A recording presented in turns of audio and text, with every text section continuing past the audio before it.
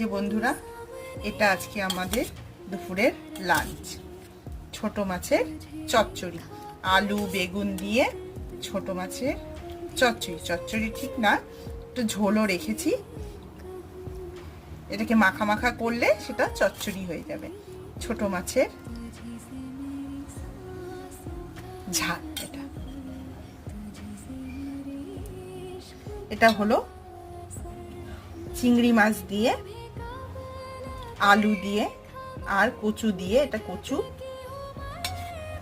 আর আলু দিয়ে, এই যে আলু দিয়ে খুব সুন্দর একটা রেসিপি। মগজ, পোস্ত, কাজু, গোলমরিচ